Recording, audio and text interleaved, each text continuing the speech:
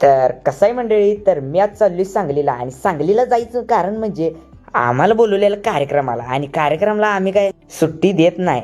काढली गाडी आणि गेलो गाडीतनं, आणि गाडीतनं गेलो आणि लगेच मिरज आलं. बघा मिरज आलं, मिरजेतनं काय सांगली जवळच आहे, त्यामुळे लगेच आम्ही सांगलीत पोचलो. इथं होता आमचा कार्यक्रम, आणि कार्यक्रम होता लगेच आत गेलो. काय विषय आहे इथं, मग इथं बघितलं खुर्च्या बिडच्या ठेवले, त्या गायक बियक आहेत. आता काय म्हणायचं, जोरातच काम आहे. मग नंतर काय हॉलच्या कडेला होतं जेवण, मग काय जेवायला घेतलं, आणि काय बुके पद्धत होती, मग काय जेवण जोरातच झालेलं.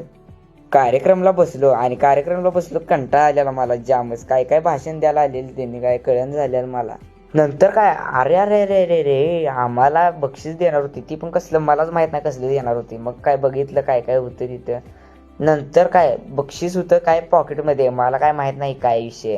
8वी पास झालेलं बक्षीस आहे काय काय काय माहित.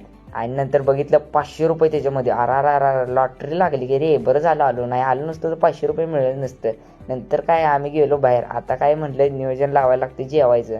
मग जेवायचं आहे म्हणून जेजीनला आलो, आणि जेजीनला आल्या आल्या लगेच पापडावर ताव मारला. ताव मारल्या तर कांदा घेतला आणि मसाला ओतला, त्याच्यावर लिंबू ओतला आणि इथं आलं लगेच जेवण खाल्लं. आणि आजच्या पुरतं एवढं मिळालं, नंतरच्या कंट्रोल बाय.